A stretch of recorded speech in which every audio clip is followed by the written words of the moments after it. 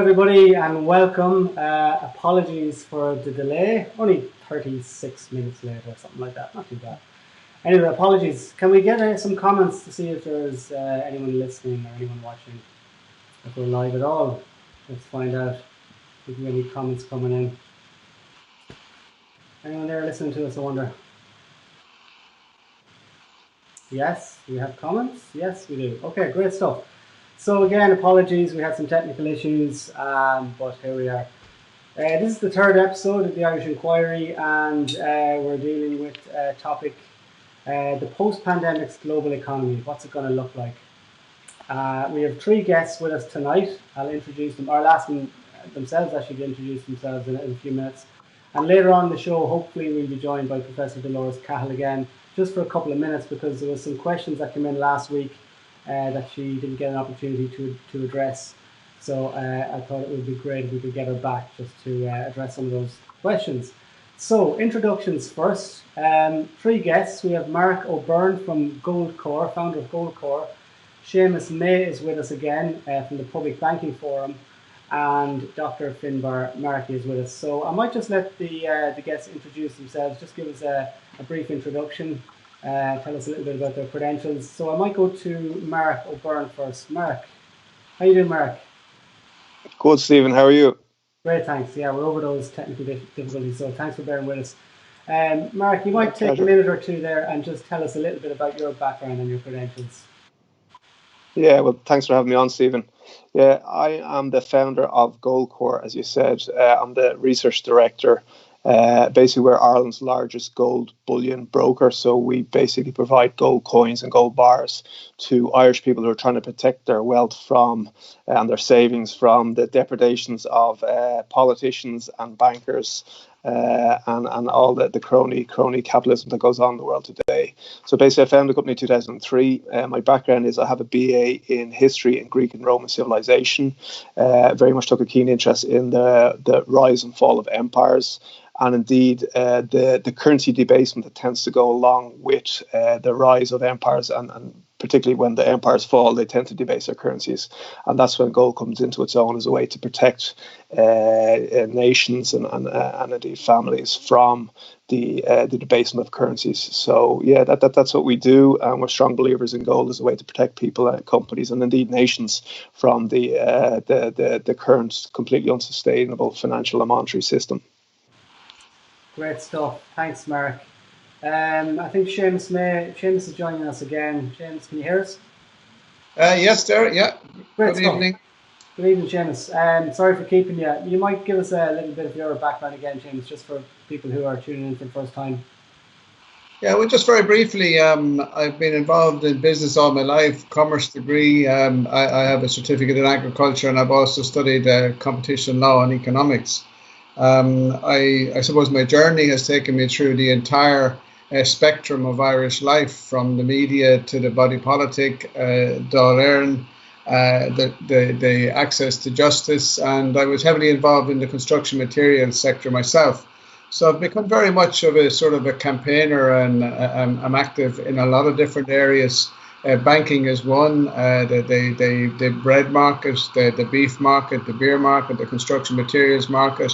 I've looked and studied and done reports across a wide range, and just currently putting a document together. It's called Key Principles and Policy Fundamentals for Government 2020 to 2025, and I think everybody would be very interested in that, from TDs to the wider public, and hopefully I'll be able to make it available. So that's a brief intro. Great stuff. You're picking me up there, yes? Yes, we have you, Seamus. Yeah, thanks for that. That's great. That sounds interesting, that document. We might maybe get you on again when you've completed that, and you can maybe go through it with us. It'd be great. Who else have we got with us? Dr. Finbar Markey. Finbar. Well, Stephen, how are you? Great to see you again, Finbar. For anyone who doesn't know you, you might just give us a little brief outline of your background, please. Well, indeed. First of all, hello, Danny. Hello, Danny, the producer in the studio who never gets mentioned. Well, Mark, well, Seamus, how are you? Great, thanks, Finbar. In terms of the doctor part of it, that's focused on organisational culture in public healthcare and changing that. So in terms of applying that to tonight, I think my activism and my readings and my interest in politics is what has me here tonight on this particular topic as much as anything else. The lineup, Seamus, Mark, when you started to speak about the Greek and Roman history, my heart went a little bit out. So I'm looking forward to the conversation tonight. Thank you, Finbar. Great, excellent. All right, so what are we going to do? We're going to go to a clip first in a minute. I want to just play a clip from Taoiseach Varadkar in the Dáil from a couple of days ago. But I suppose, like, with this pandemic, there's a lot of theories as to what might be going on, how this might have started, and how bad the situation really is, or how dangerous the virus really is, or what treatments are effective or not. But I think maybe I'm right in saying that one thing we can all agree on is that the economy is going to feel the effects of what's going on now to a serious degree. And I for one, I'm personally, I'm worried about what's to come. So I know even going back to when was it, the 2008 crash, from 2008 to 2012, I believe there was like a 57% increase in suicides in Irish males. So that's worrying. That's really concerning. So we'll see what's going to happen to the economy. But I for one, am worried. But before I get your feedback on any of that, I want to just play a clip from Taoiseach Varadkar from a couple of days ago in the Dáil. So let's see if we can play this now.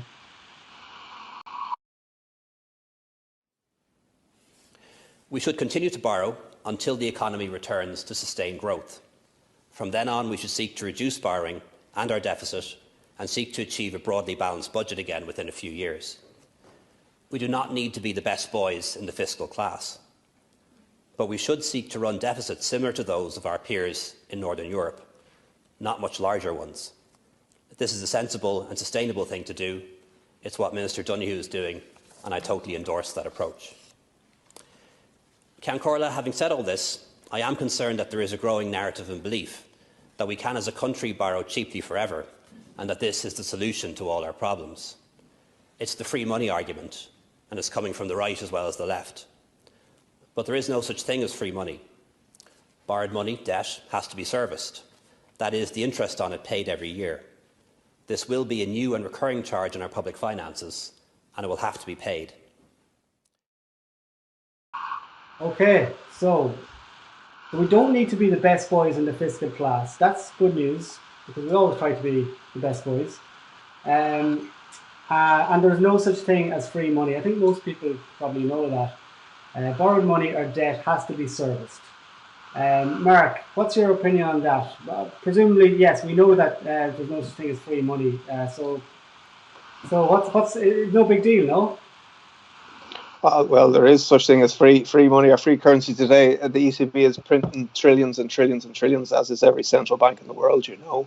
So I brought up the numbers there just before we started, and basically our view for a long period of time is we had a global debt crisis back in 2007, 2008 through to 2012, 2013.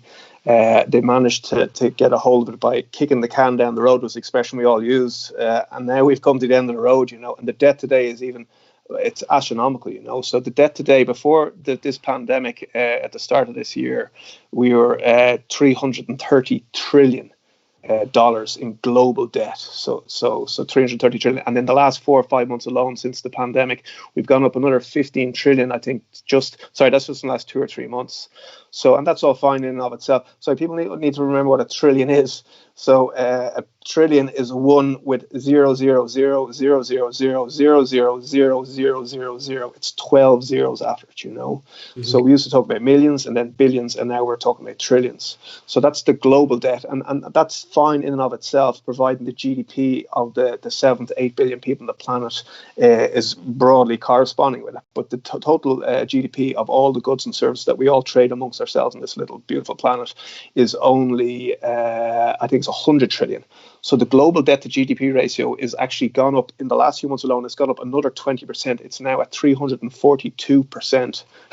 So this is, you know, you get sovereign debt crisis when it goes over 100%. But this is globally the total debt, and this is household debt, mortgages, car loans, all the debt we have in Ireland. We've quite a bit of it in this little country, as we know, that we never dealt with. It's the sovereign debt, it's the corporate debt, large corporations in the world, and it's the banking debt. So if you look at the aggregate, it's completely unsustainable. It's only sustainable because they've been printing money electronically. They used to debase coins by taking little scratches at the edges of the little gold coins back in the Roman times. So that's how they debase the coinage, and then they gradually debase it by reducing the metal content, the purity of the gold and silver in the coins. And then in more recent years, the last 100 years, they would print Deutschmarks, Zimbabwean dollars, Venezuelan bolivars, whatever it is. They would print the money, and that would devalue the currency. Today, all they have to do is go onto a keyboard and Control P and create trillions and trillions and trillions, So they're doing that, and they're buying the bonds. And that's why just before I came on, I looked again, the Irish 10-year bond, which we all used to look at, and it used to be the front page news 10 years ago, was the 10-year bond and what rate it was at. And it got up as high as 16% when we're in the crisis, Today, it's at 0.179% is the Irish 10-year bond, And that's primarily to do with quantitative easing is ongoing, and Mario Draghi, the Goldman Sachs alumni who went into the ECB, unleashed his bazooka and just created trillions and trillions. So that has artificially depressed all the bonds in the world. But as we know, it's completely unsustainable, And as we head into a serious recession and most likely a depression, not because of the pandemic. The pandemic, it's actually the government lockdowns and the government reaction to the so-called pandemic that is going to create this massive recession. Because when you shut down every single business in the world and the SMEs, which is the backbone of our economies, and you put people out of their jobs and you reduce their income drastically, then it's going to have a massive, you're going to see a massive economic contraction, So they're going to have to print even more money. And ultimately, it's not sustainable, as we all know. And the solution, because, I hate to be the bearer of bad news, but that's the bad news. The solution ultimately is at some stage you're going to have to write off a huge amount of the debt, and some form of debt jubilee is the way that we are going to get out of this. And in Ireland, we need to start having the conversation that at some stage we are going to have to burn the bondholders, and that's what we should have done in 2008. And we didn't, unfortunately, So we kicked the can down the road, but we're coming to the end of the road, and at the same time we do have to box smart. And I don't think we need to go out and start burning bondholders anytime soon. But as soon as they start seeing problems in the bond market, I think we'll start in Italy with the Italian 10-year and the Italian bonds, because the Italians are in a very bad state economically, So anyway, that's the big picture. It's we've serious challenges economically. We'll come through it. Actually, I thought it was interesting, Mark, just to ask you one quick thing before I go to Seamus and Finbar. I would have imagined that your business being buying and selling gold and precious metals, that at this time, during times of uncertainty, people move back to gold and silver and precious metals. So I'd imagine your business is doing quite well. Yet I look at your Twitter feed. I've been following for quite a while, and you're quite outspoken about the lockdown, which is, would go against your business. But you are very much against this lockdown at the moment. Yeah, I am. Yeah, because I just think it's outrageous what's been done, and it's a complete overreaction. And they're literally scaring old people to death, We're isolating the most vulnerable people in our society, people with weak immune systems and immunocompromised people, and the very elderly. And the messaging is just stay at home or you'll die type of thing, Instead of saying, if we spent 1/10 of the resources messaging these people to say, listen, this is serious, you need to cocoon yourself, but take vitamin C, take vitamin D, get a little bit of sunlight, go out in the back garden, get some fresh air, go to the park when there's not people around, get some exercise, and empower these people, then we would not see the mortality rates we're seeing, and we wouldn't see the side effects that you mentioned there in terms of people committing suicide, depression, abuse, people being abused in their homes, or women and children. I mean, the side effects of this, there's so many side effects, and I think the mortality rate already, as the facts change, I think it's important we change our opinions, and I think the the mortality rate is much lower than we led to believe. It looks more and more like the mortality rate is below 1%, you know. So, I mean, we're absolutely flying. Our business has never been as busy, probably back to 2011, 2012 times. But, you know, I don't want to be, you don't want to be, you know, profiting when everybody else is losing their jobs and all the rest. So that to me is, you know, it's great. But at the end of the day, I'm a little bit more focused on the net effects on, you know, the people around me and my family and friends and the wider Irish society. Yeah, very good. I might go to Seamus. Seamus, you set the International Small Business Alliance and the Irish Small Business Alliance. What does this mean? What's going on at the moment for small and medium-sized Irish businesses? Like, how are they going to cope into the future? How do you see things panning out? Like, I know pubs, they're talking about opening up in mid-August or whatever it is. I can't imagine what the pubs are going to be like if they're going to still be enforcing this social distancing. I just don't see how the pubs are going to work. I don't see how it's going to work, and that's only one business. I'm sure there's many more like it. How do you see this panning out?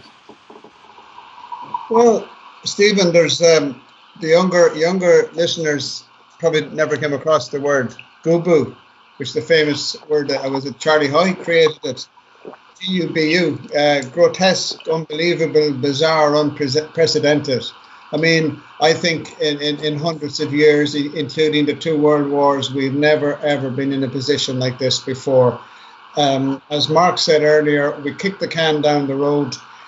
We should have taken action to deal with the financialization of global markets way back when the crash happened in 2007, 2008. We didn't. We let criminals off the hook. We had fake inquiries. The truth was never presented to the public via the media, and they thought they were getting away with it, but they weren't. For example, when the media talk about debt in Ireland, they talk about the 220 odd billion of government debt, and they say that we're indebted to that tune.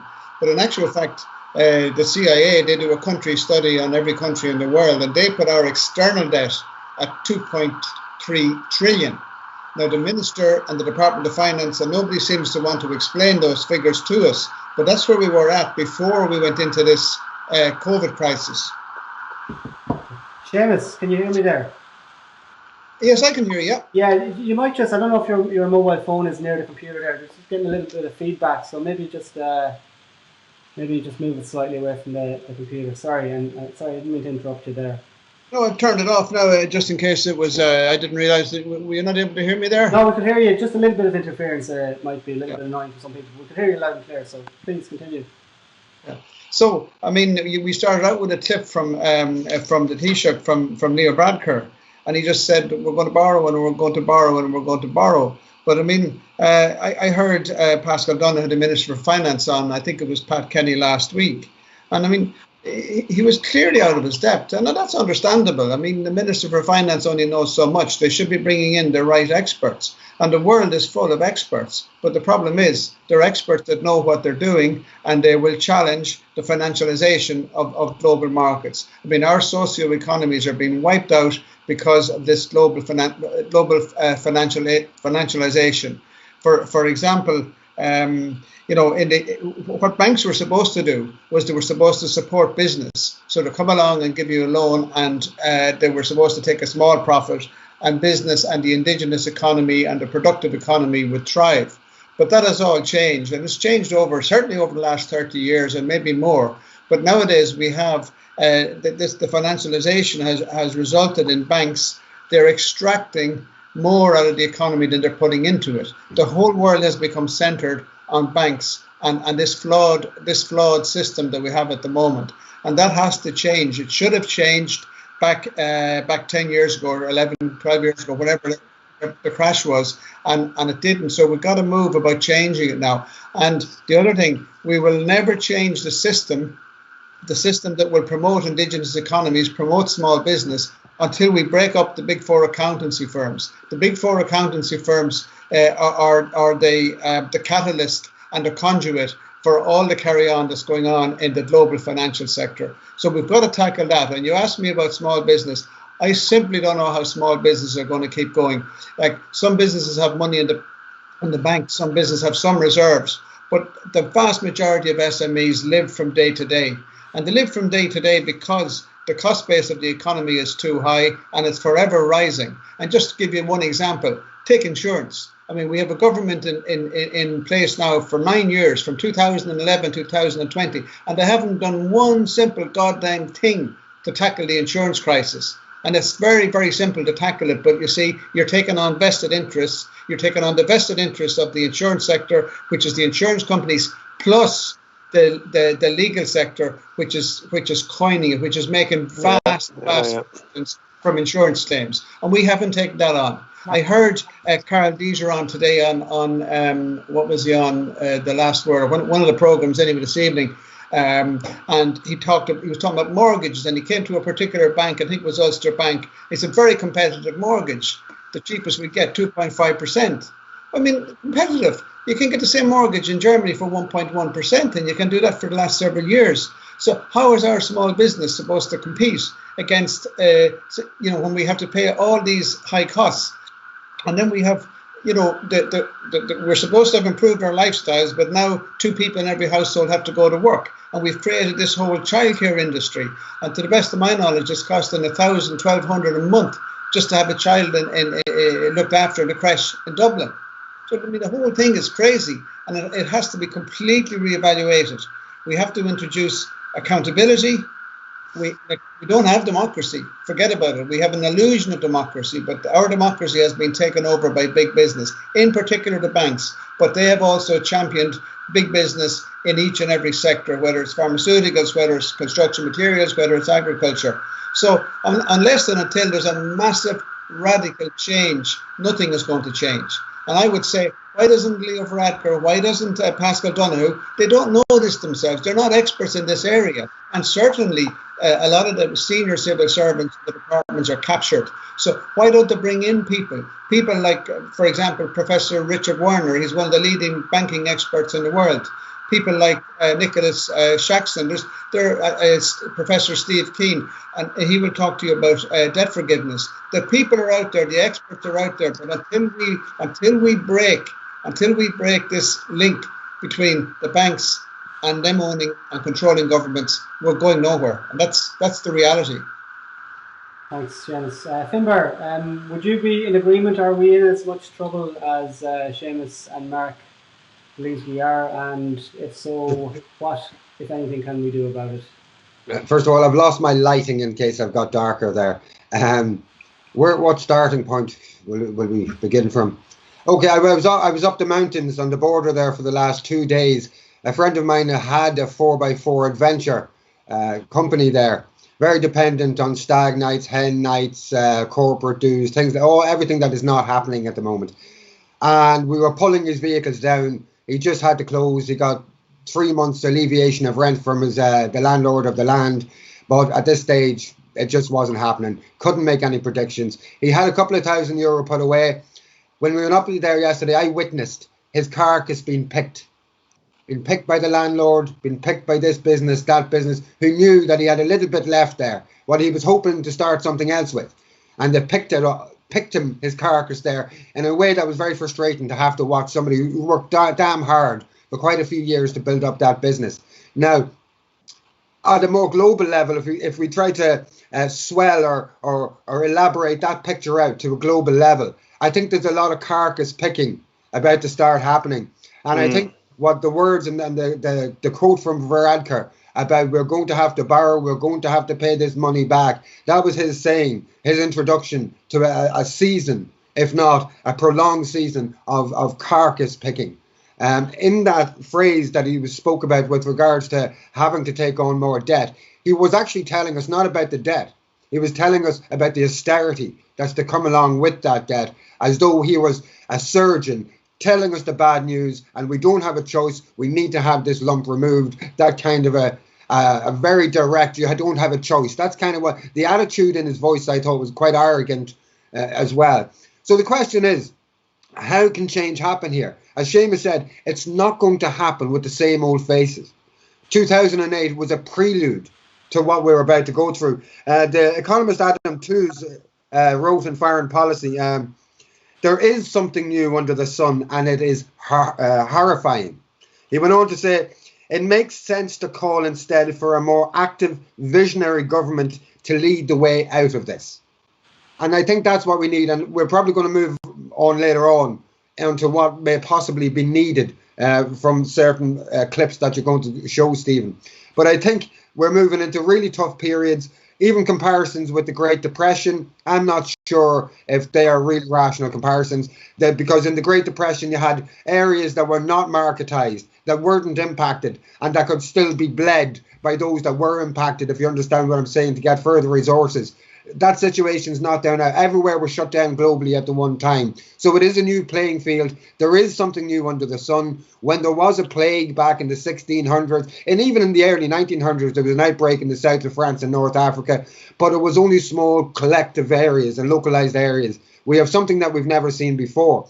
And I really, really think there is opportunity here if we can collectivize, because the solution to this, going back to the carcass picking, the only solution to this will mean that at a global level, the pushback, I was reading Stiglitz, I was reading Robert Stiller and others over the last few days, and their main predictions are that globalization is dead from a US, European-centric point of view, that now we're moving into a period of protectionism, of border closing, and also of developing self-reliance in each individual nation. But that also creates conflict and friction between nations as well, which increases the potential for war, as we all know. So the only real solution to this, because of the inflation and the hyperinflation issue and the devaluation of currency as you print those trillions, is that all our global governments have to sit down together and say, okay, we can't have a situation where we print trillions and you don't, and our currency goes to pot and you guys get strength. So there has to be some kind of a collective way to address currency, in my mind, and to address these issues collectively, or it's going to be a race to the bottom. And in our very real and lived worlds, that will mean a reduction in income, a reduction in worker rights, and all of those things that we've been trying to build over the last few years. Thanks. Mark or Seamus, have you any comments there on what Finbar has said? Yeah, I share some of what Finbar said, and I think he's made some good points. Just one thing I would be concerned about is I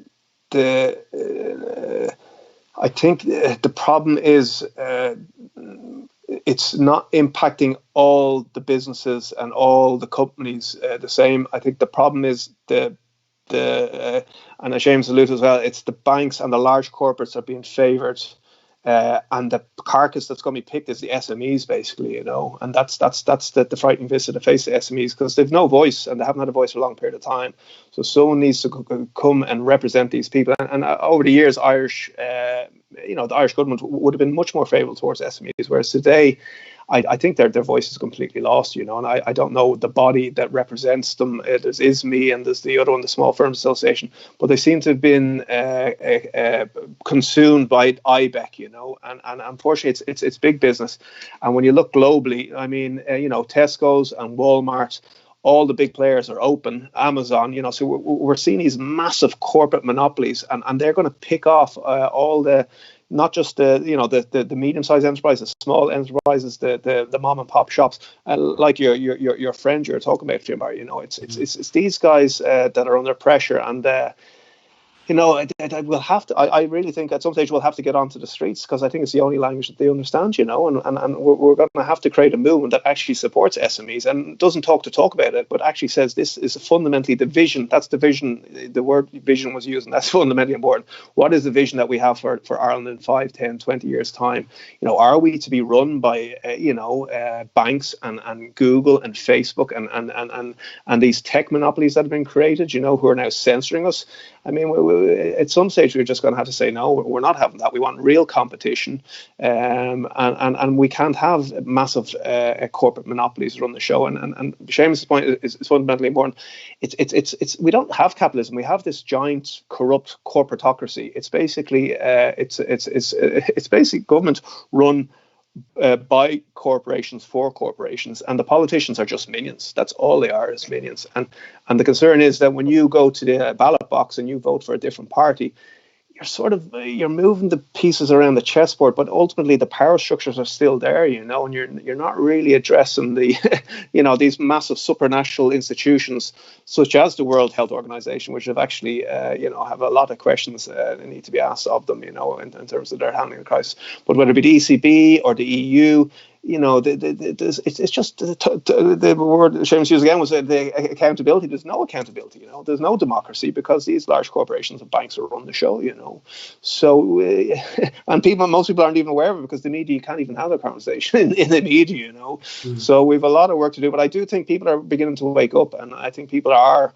They're coming onto YouTube. They're turning off the mainstream media because they realize that they're not getting the truth, and they realize they're not getting the sort of conversation we're having here.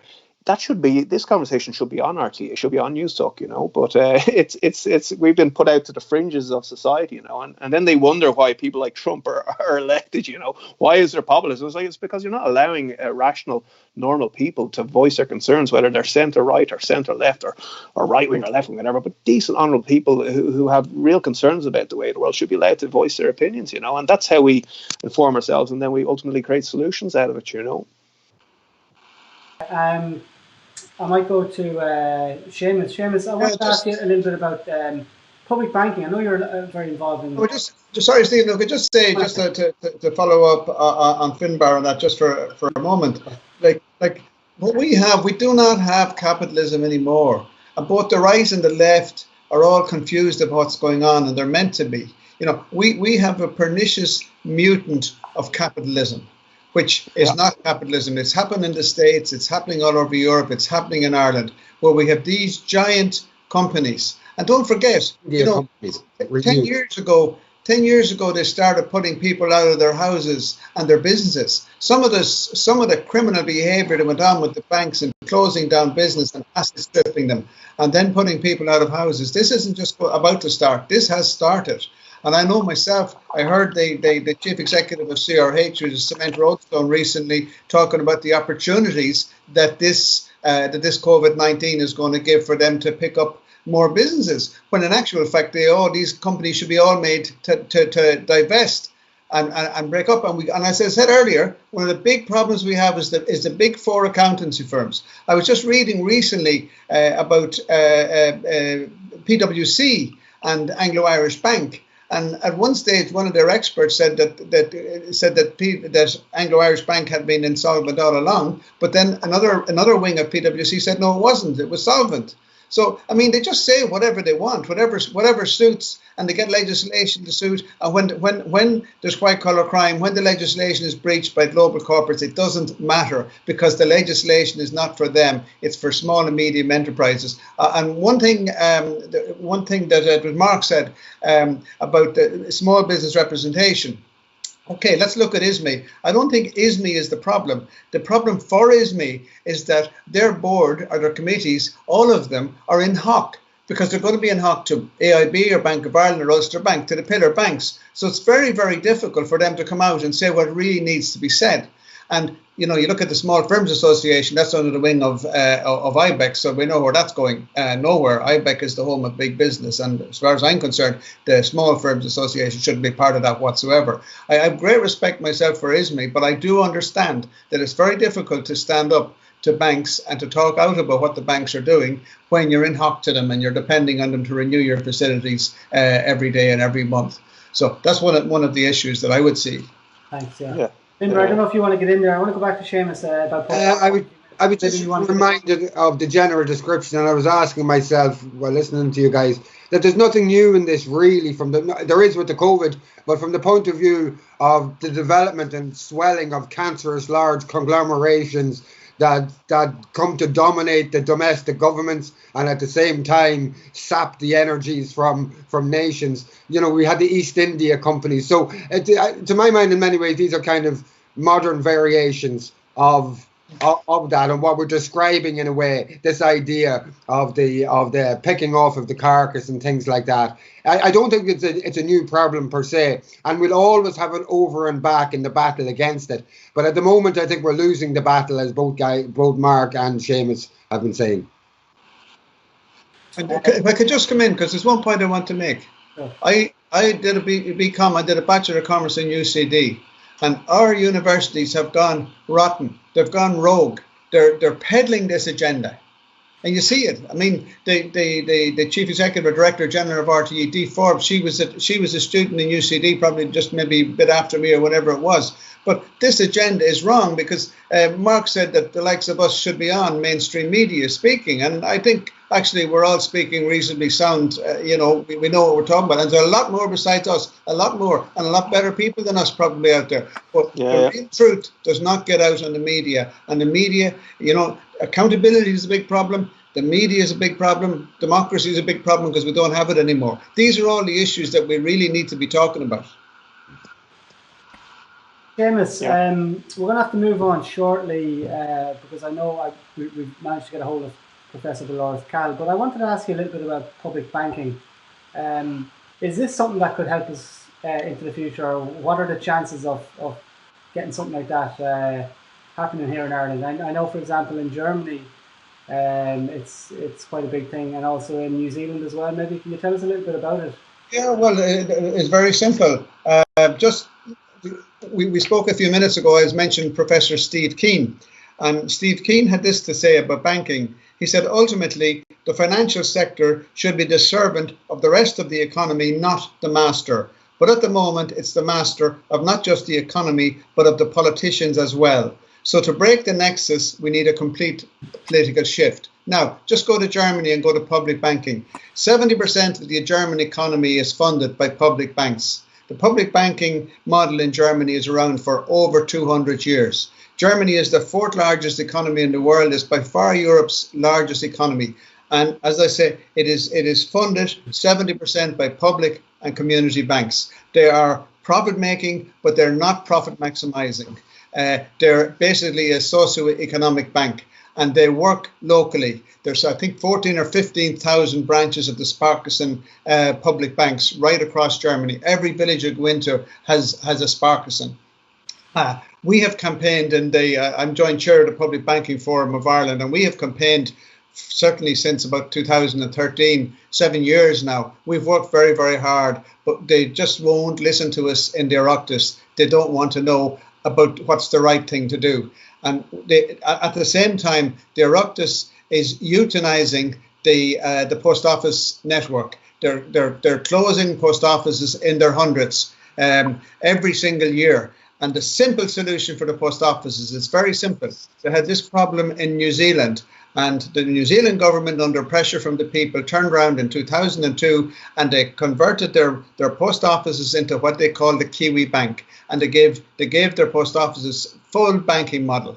And that banking model now in New Zealand has over 20% of the market, and it works. And it provides competition to the pillar banks. Similarly, and people get confused about what's going on with the credit unions. The credit unions are not competing with the pillar banks on anything like a level playing field. For example, the pillar banks are allowed to create credit. They're allowed to create money out of nothing. The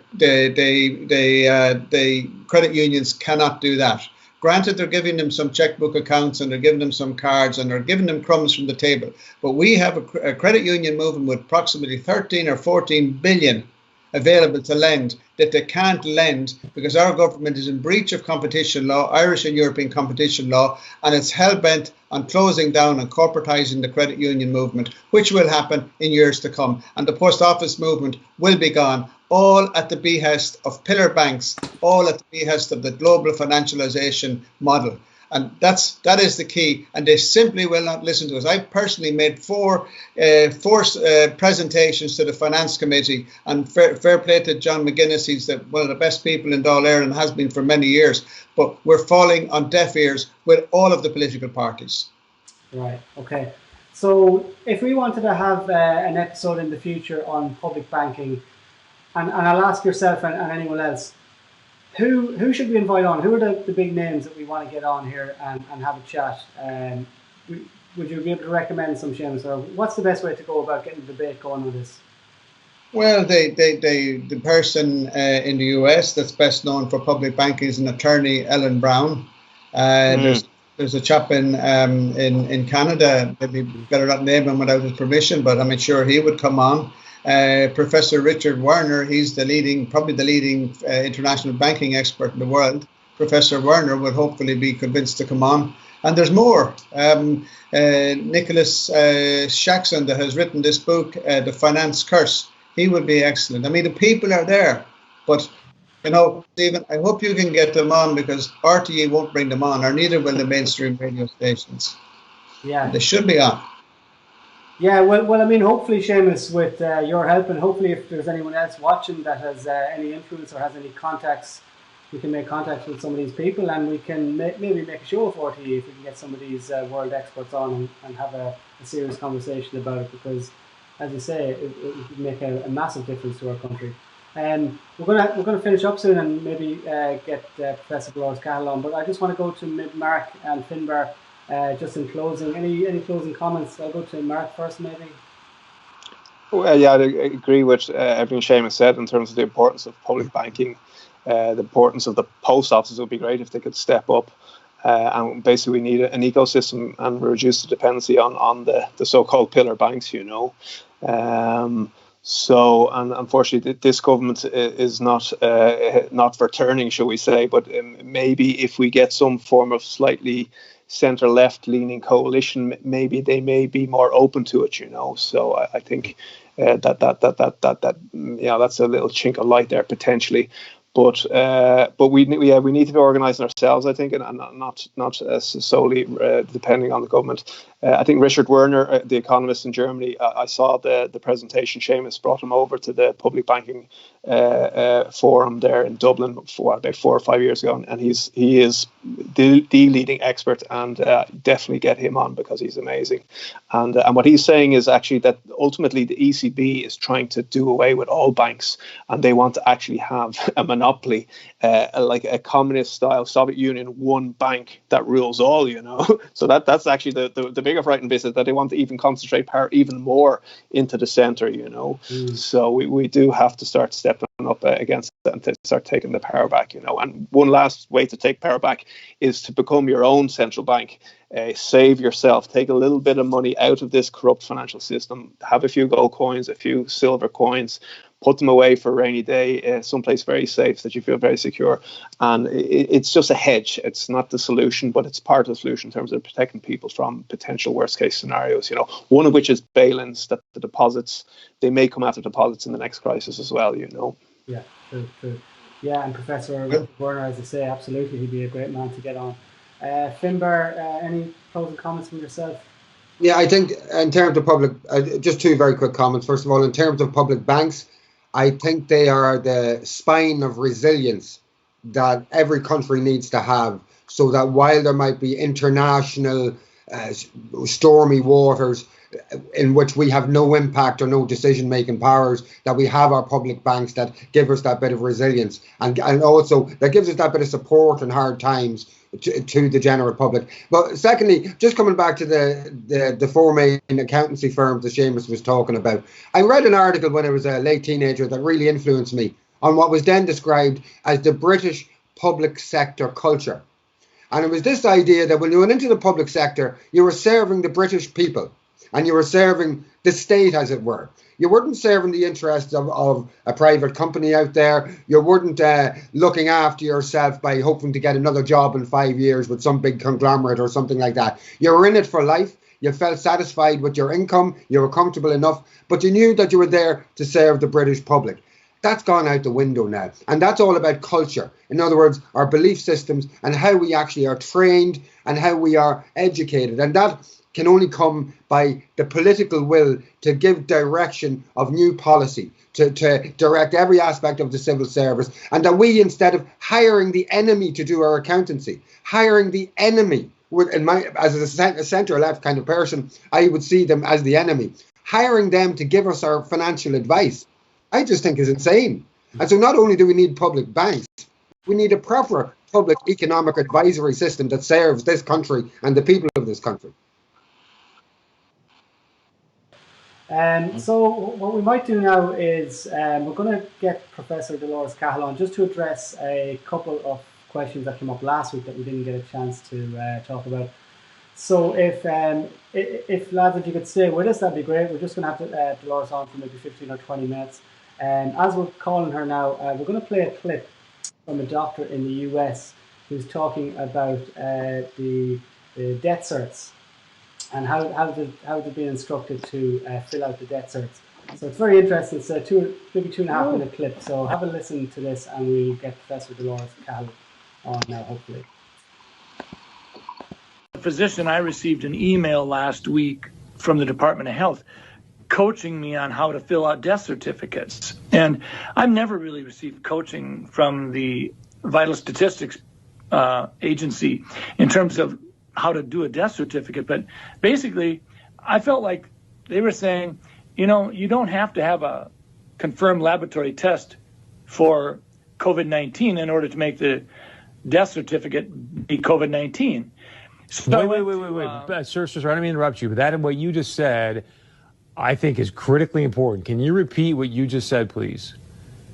Well, last Friday, I received a 7-page document that sort of told me that if I had an 86-year-old patient that had pneumonia but was never tested for COVID-19, but sometime after she came down with pneumonia, we learned that she had been exposed to her son who had no symptoms, but later on was identified with COVID-19, that it would be appropriate to diagnose on the death certificate COVID-19.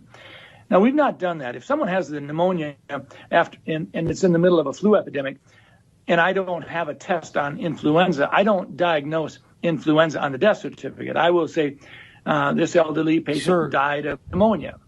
I don't mean to interrupt you, but my heart is sinking right now as you're telling me this. You're a doctor. Why in the world would they be sending you out information to fill out death certificates, whether the person's been diagnosed with COVID-19 or not, but then to say in the death certificate this person's death was caused by COVID-19? That does not sound right to me. I went to the person in our office who does most of the death certificates over the last 10, 20 years, and I said, does this sound right? I had her look at the documents that I printed off, and she said, well, we've always been told that you always put down just facts. You don't put down any probabilities. You don't put any presumptions down. It's just what you know. And so this is concerning, and it actually gets to your point, Chris. When we start talking about the data that goes into the modeling, we have to ask ourselves a question. Are we being forthright? Are we sharing with the public? Minnesota, North Dakota, we don't need to be having it sugar-coated. We want to know what's going into your modeling. So with that being said, why would they want to skew the number of deaths due to COVID-19? Well, fear is a great way to control people, and I worry about that. I worry that sometimes we're so darn interested in just jazzing up the fear factor that, sometimes people's ability to think for themselves is paralyzed if they're frightened enough.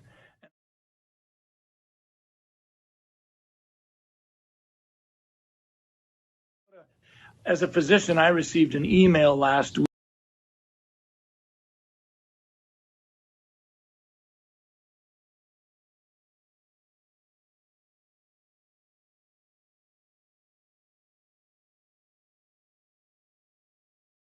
Some technical difficulties. Okay. Okay. Nope. Hi, everyone. There we are. Okay. So, Professor Dolores Cahill,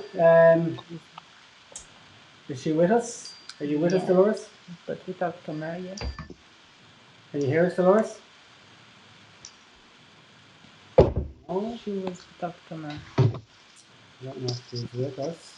Can you hear us, Dolores? She might be muted. No. Hello? Guys, did you can hear me okay, guys, still? Seamus, Mark, Finbar, you can hear me? No. No. Okay, we have an issue. Can anyone hear us online? Can anyone hear us online? Yeah. Yeah. Oh, everyone's back, are they? Dolores, are you with us? I am. Oh, great stuff. Okay, we had a bit of an issue there, but now we can't see. We have Professor Dolores Cahill with us. I can confirm it is her, even though we can't see her camera. We can't see her face because we have a slight issue there. But we can hear her, and that's the important thing. Dolores, how are you today? I'm well, Steve. Great. Hi, Seamus, Finbar Markey. Hi, everyone. All good. Hi, Dolores. Great to have you. So, I mean, we don't have an awful lot of time, but Dolores, we had a clip of a doctor from the US there talking about the death certs and instructions that were handed down as to how to fill out these death certs. And as he says, for the first time, they can make presumptions, whereas normally they have to deal with the facts only. Is this actually happening? And is it happening all over the world? Have you heard anything about this? Well, I know in the States it's about 6 weeks ago now when they introduced the second code for COVID-19 death certs, that if you had a suspicion or there was a likelihood without a test, that you could put it down as COVID. And I have had phone calls from people where one of their relatives died of a heart attack and another died of cancer, and then COVID-19 in Ireland was put on the certs. Wow. So, I mean, if that is the case, who knows what the actual figures are? Well, maybe I made some slides, actually, Steve. I actually went through the last couple of days the number of deaths from the government statistics in Ireland and compared them with the last 5 years. Mm-hmm. If you want to put that up, I don't know if you want to. Yeah, we would love to, Dolores. We're having a little bit of an issue with those slides, but what we'll do is, I'm sure you know them anyway, so what we'll do is we would put them up tomorrow. We'll add them to this. Well, that's fine. Actually, maybe what I might do, I'm preparing like an article or whatever, so that will be out at the end of the week and they can go up in that. But just maybe to say to everyone, we've looked at the statistics for Sweden. We'll say, for example, and the Swedish deaths in the last 20 days have been very similar to these days in May after the opening up for the last 7 years or so, the last 10 years. So when we compare Ireland to Sweden, it isn't, Sweden has had similar death rates. But in Ireland, what's interesting, in 2013, for example, there was a plus 12% of deaths in that year. You can have variability. And it looks like for the first 4 months in Ireland, the increase in death of the rolling average for the last 5 years is 8%. So that's in the range. So in 2013, the standard around the world is you compare the deaths with the previous 5 years. So in Ireland, 2015, the in excess deaths in 2013, was around 12% higher in that 1 year. And then it went down in subsequent years. And it looks like the actual death rates in Ireland in 2020 are plus 8% over the rolling average for the last 5 years. But that is within the range of a normal year. So I suppose what we need to do, and what I've been asking, is that we look at first principles about not just address the issues around tests or whatever, but was the lockdown justified? The actual premise of it. And I also have a slide there from the CDC. So the one I showed on the Dave Cullen show was the one presented at a presidential meeting in the 20th of April. But you can actually get the weekly statistics of the people in America that actually turn up in all their hospitals that have influenza-like symptoms. And I have the link, so that slide you can put up. So for week 20, the people across America who turned up with flu-like symptoms is the lowest number in the last 10 years. That there's been a precipitous drop. So there are no people presenting with any flu-like symptoms, corona or not. So that goes against the narrative that this is, a coronavirus. We have flu viruses that circulate the world. In general, they come and go within 6 weeks. And it looks like that this one is clearly gone. And obviously there are prevention strategies, as we know, in hydroxychloroquine. So actually for parents, it's quite important for workplaces and businesses. There's no real need to have the lockdown anymore. There's no need for social distancing and masks, and the prevention and treatment should be found. Okay, all right. Should be used. I mean, should be implemented. Yeah. Yeah. About treatments. I mean, what I can't get my head around is I've heard a lot you've said about hydroxychloroquine, and I'd like you to talk a little bit about that. And at the moment, like, if this is such a safe drug that's been around for so long, why are governments around the world investing or putting so much money and so much faith into this vaccine that hasn't been tested, I believe, to any proper extent? Like, and compared to trying out this when it's so cheap, it's so safe, it's been around for so long. Like, why would? Yeah, so I think the first thing is to address, because I suppose why I'm speaking out, even though it's, difficult, people don't want to hear it, is that if you have a preventative dose of hydroxychloroquine, so it's a bit like if you are a diabetic, you can actually control this issue. And the preventative dose, the tablet costs 7 cents to make, and they sell it for 40 cents. Okay, so this is, and what's very important is that for the last decades, it has been one of the essential drugs in the world. So that was up to January 2020 in the World Health Organization, and for all medical organizations, hydroxychloroquine was an essential drug in the world. And that means it has proven safety and efficacy, and that its stocks should never run out in the world. And it costs 7 cents, and old people can be protected. Now, obviously, there's an issue with the heart, but in this preventative dose, you have to take zinc. You have this tablet once every 3 weeks. And so, for example, of its safety, they looked at 65,000 people in Italy who were on it because they have the autoimmune diseases, arthritis and lupus, and in 2020. And out of 65,000 people in Italy, the Italian Rheumatology Society said they only had 20 people that went into hospital out of 65,000 and no deaths. Wow.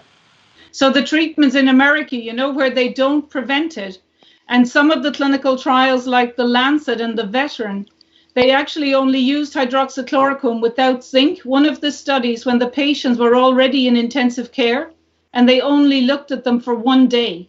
So they're comparing decades of results with tens of thousands of people. So because it's prevention, it's a bit like if you leave someone go into diabetic coma and then trial them just in the last few days of life. And they also used it without zinc. So it's almost like, and the same in the Lancet, they actually said they did a study of 91,000 people, but they actually had 81,000 of placebo. And the same thing when they looked at the drug, they used it without zinc. So I think what this is, and also, of course, we've been censored by talking about this.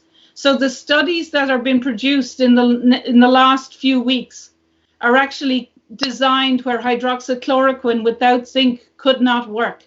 And it's actually, when it comes out, is going to expose that the medical profession are actually designing studies so that there are unnecessary deaths. Because if a drug is a prevention, then in the clinical trial, it should be used as a preventative dose, not just, when they're already in intensive care. But also it's been around for decades, and it's one of the essential medicines. So there's also 52 clinical trials to show that it works very well and it's safe.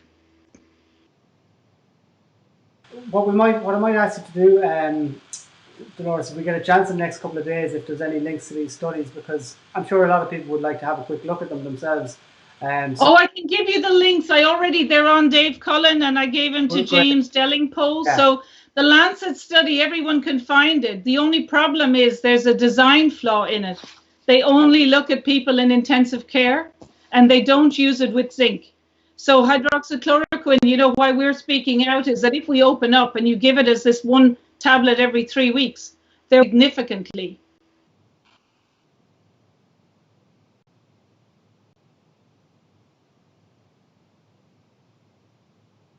And holding out for this magic vaccine that's been promised, that's going to cost who knows how much. But in the meantime, what people could be doing is they could be taking, which I've heard you saying a few times, and some friends of mine who are natural nutritionists have said as well, vitamin C, vitamin D, and zinc, which you've mentioned already. Yeah, and there's been Nobel Prizes for the role of vitamin D in boosting the immune system. and vitamin C and zinc. So this is very well established, research and clinical trials that vitamin D, vitamin C, and zinc, you need it. Obviously, you'd want to have nutrition, ideally, and in the proper scenario, you would get your vitamin D particularly measured. And people who take vitamin D3 particularly actually have a longer life expectancy. So it has an anti-inflammatory role. And of course, you can take it through supplements. But I suppose why I am coming out again is that, because on the 5th of May, the Irish Medicines Organization put out a press release to say that they wanted to have mandatory vaccination for the total population of Ireland. And I think what's not getting across, I'm not explaining clearly, is that there seems to be an issue around coronaviruses in the influenza vaccine, or if there was a corona vaccine, where when the next corona wave would come along, there would be serious deaths. So in the current influenza virus, the first one that has been used, including in Italy, was made on dog kidney cells. And dogs are known to have coronaviruses. And there were significant publications in 2012 to say that in 2012, I'll read the line on the abstract, I sent it to you. It said, because of the results in the abstract, it says caution in proceeding to a SARS-CoV vaccine in humans is indicated. And so they've been looking for a corona vaccine. So 40% of the viruses that cause flu-like symptoms globally in the last 60 years are for corona. And SARS was 17 years ago, and they've been doing many studies for a vaccine against coronavirus. And no one has passed safety tests, because when they look in the models, or when they do a similar one, all the animal models are either very sick or they die when the next coronavirus comes around. So why I'm speaking out is there's not that many people that would be aware of that. And in all these cases, if you were to get the influenza vaccine with corona from dogs, or you were to get a vaccine for a coronavirus, everyone would be fine until the next corona wave comes along. It could be 2 or 3 years. But then if that came along and the IMO have vaccinated the total population of Ireland, you could be talking about, tens of thousands of deaths. And so even though it's quite uncomfortable for me to come out, and I have been involved in vaccine development, and I am, a supporter of safe vaccines, there are a lot of publications now, including from the US Army, that if there are coronaviruses in a vaccine, whether it's influenza, and it's because it's made on dogs and dogs have corona, that the people who get that can have a cytokine storm and get very sick within a few days. We'll be talking about, tens of...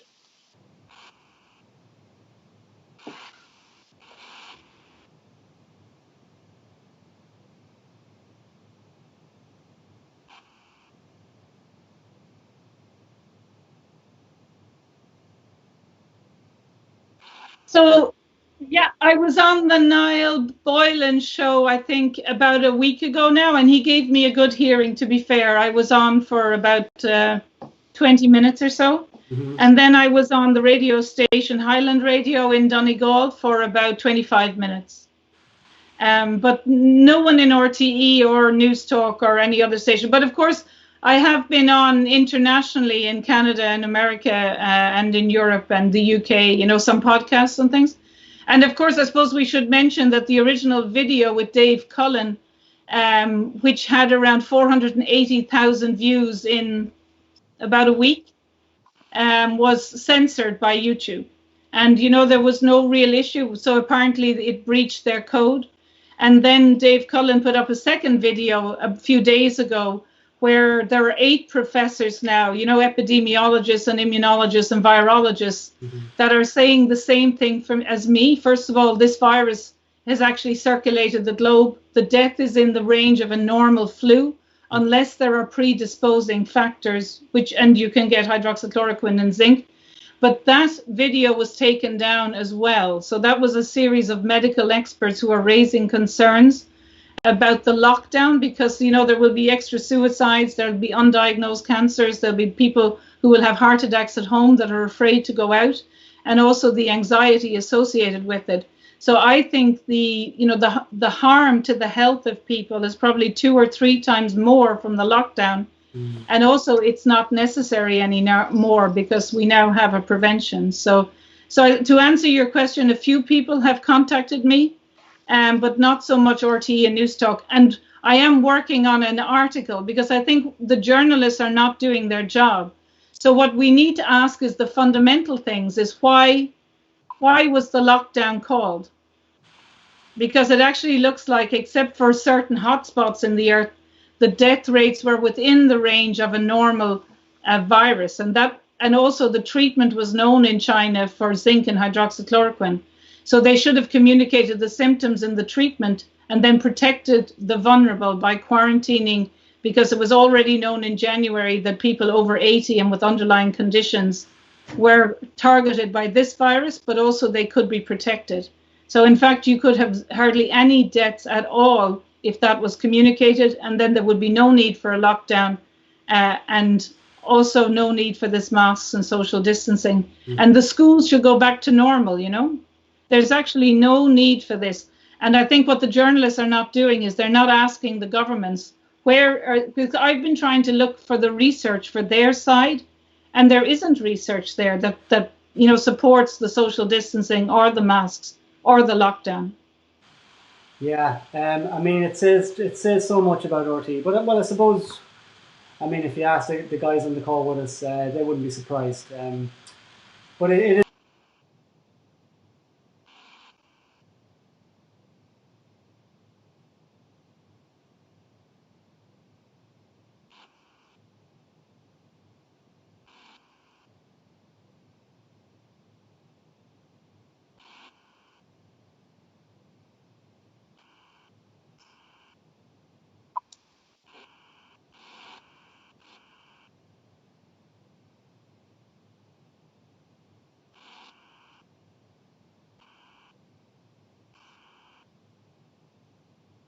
And I suppose Matty McGrath has been very, I'm from Tipperary, and he's been supporting me, and he has been in touch. So I'm a great admirer of Matty. So he also, talked to me about all the issues and things. And I was very lucky. There was a phone call with the White House in the middle of the night with Paul Teller, and one of the senators. So they're starting an inquiry into America. So in America, the doctors used to be allowed to prescribe hydroxychloroquine and zinc, but there are some governors in some states that are actually prohibiting doctors. So in a pandemic, doctors, and anyway, doctors that is their doctor's duty and right to prescribe the safest drug that they think, especially in an emergency situation like a pandemic. You don't really have time to do the clinical trials. And so there was about 40 doctors coming out very forcibly. I was just listening. That they had been prescribing hydroxychloroquine zinc, and it had worked very well. So they were clearly saying as well that the Senator Rob Olin, I think, is launching an inquiry into it. And I have been contacted by over people in 40 countries around the world, especially in South America, that their governments are not giving them any rationale or discussing, the fundamentals of the lockdown, the ill effects, the masks and social distancing.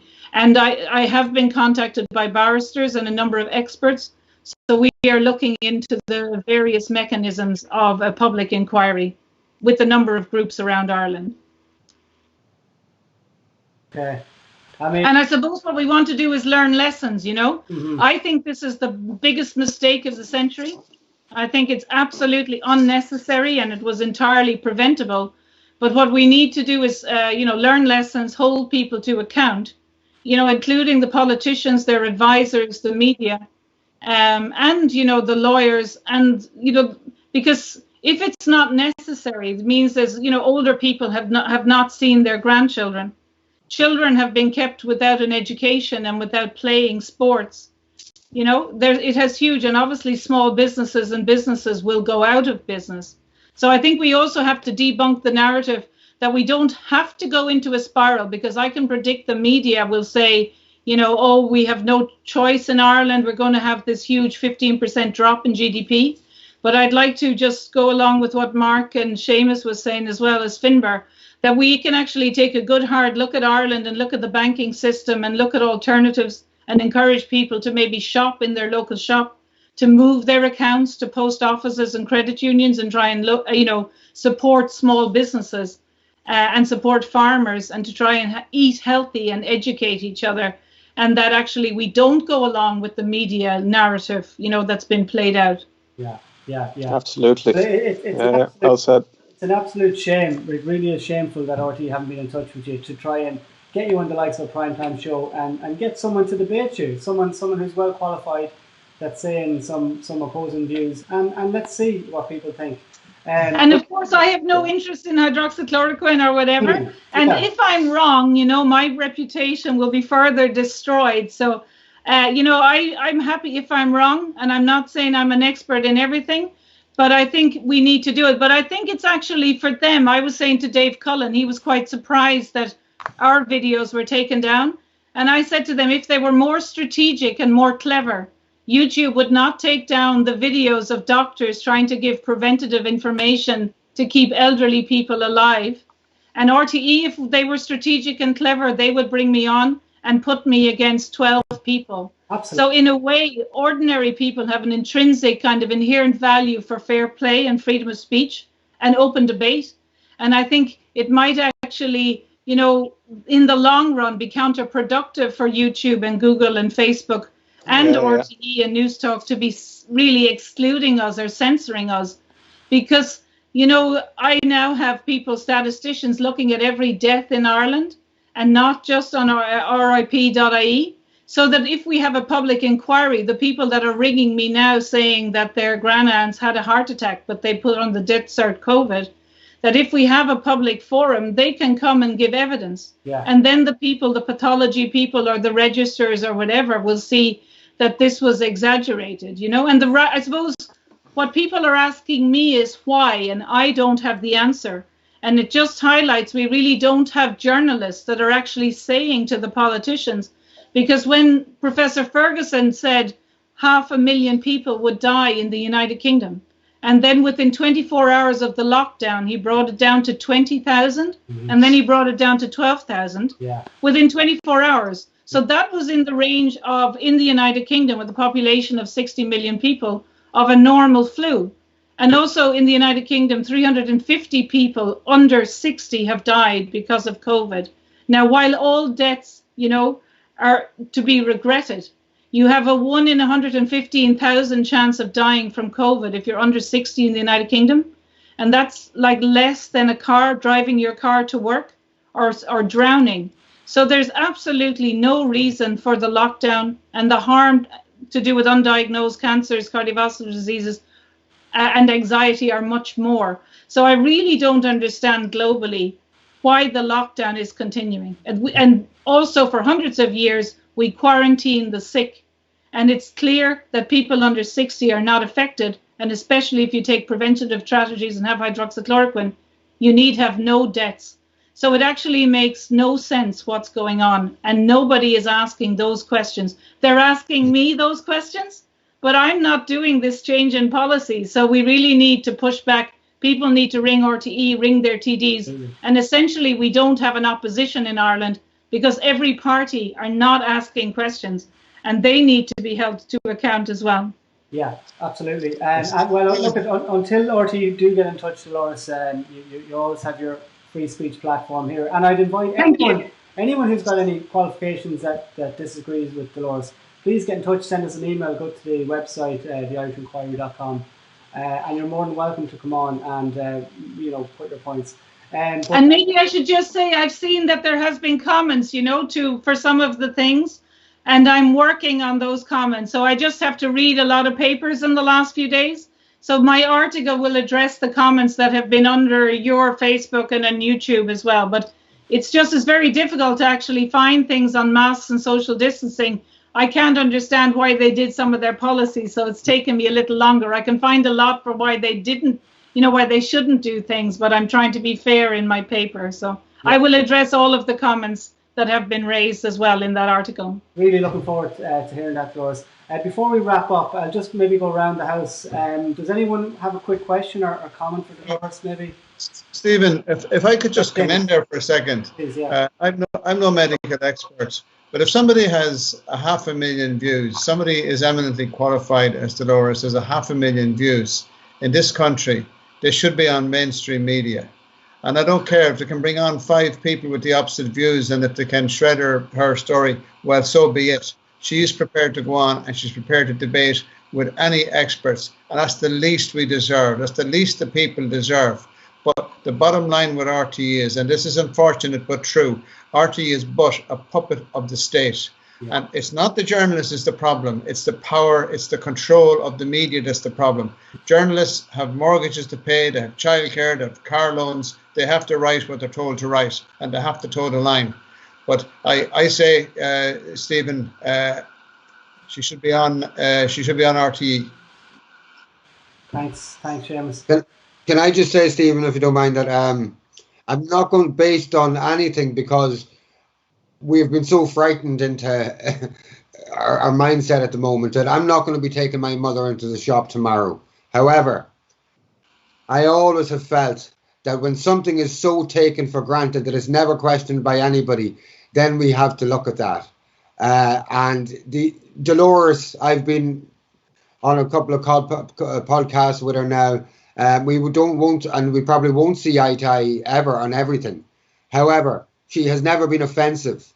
She has never effed and blinded in or directed hate towards anybody, as some other people might do that have been taken off of social media. And I think there's something McCarthyite, there's something Soviet. I'm trying to use both an American and a communist example. There's something very unnerving about the idea that professionals can't get on to have their speak. And it's not just RTE. There's a self-censorship going on even by the so-called independent media, whether it's print media or elsewhere. And self-censorship is one of the bigger issues, because that's about culture and the belief that I'm going to, if I print something that I might lose out, I won't get as much advertising in my newspaper. So it's even bigger, this problem, than RTE. But I think that Dolores... Yeah, and I suppose, thank you, Finbar, for that.